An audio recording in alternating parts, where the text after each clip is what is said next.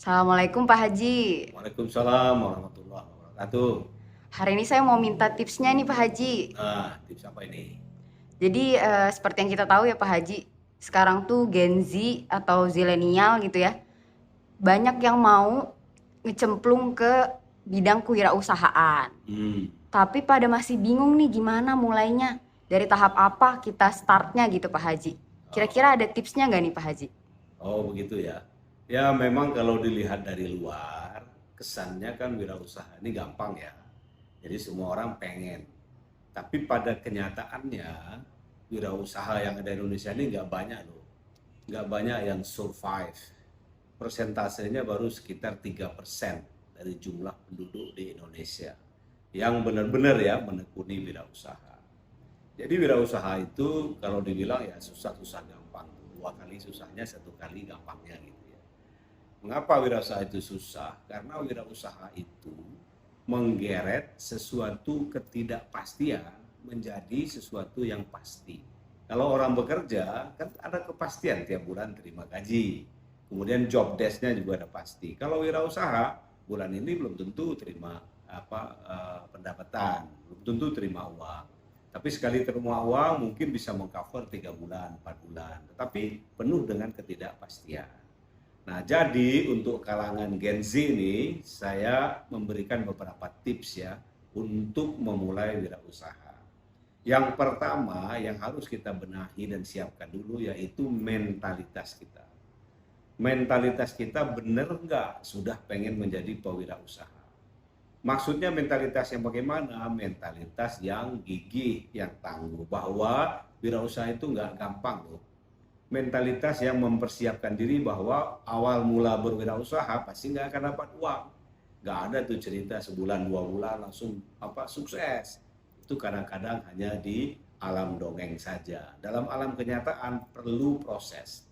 Jadi mental kita harus siap nih.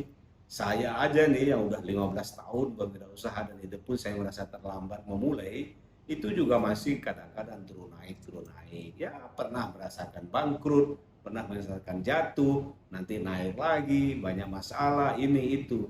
Jadi berwirausaha itu sampai settle itu perlu proses.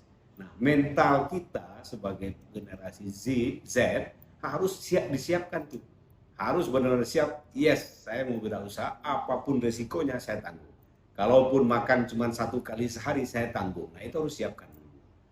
Nah, yang kedua tips dari saya, mulailah dari sesuatu yang kecil.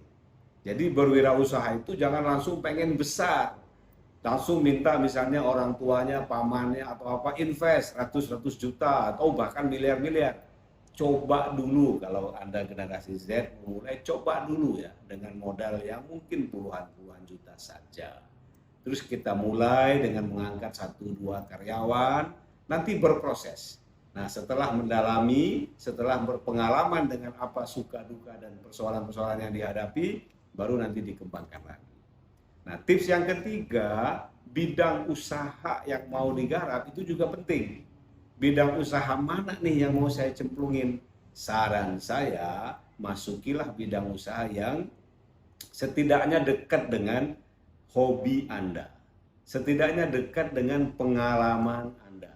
Setidaknya dekat dengan talenta Anda. Setidaknya dekat dengan mungkin jurusan atau program studi yang Anda ambil. Supaya apa? Setidaknya sekian persen dari pengalaman, kemampuan, kompetensi Anda sudah miliki.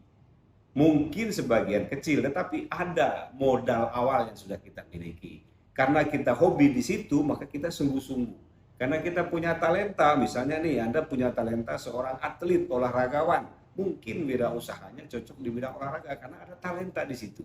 Jadi sudah ada modal dasar, modal awal untuk melakukan wirausaha. Yang terakhir, tips dari saya, mungkin Anda perlu mempersiapkan jaringan networking dan kolaborasi. Bahwa lebih baik berkolaborasi daripada sendiri. Jadi sebagai seorang wirausahawan harus banyak bergaul, harus banyak berteman. Nggak mungkin wirausaha itu mainnya sendiri-sendiri aja, di rumah aja. Kalau ada keramaian, kalau ada acara kita ikut terus. Dalam rangka apa?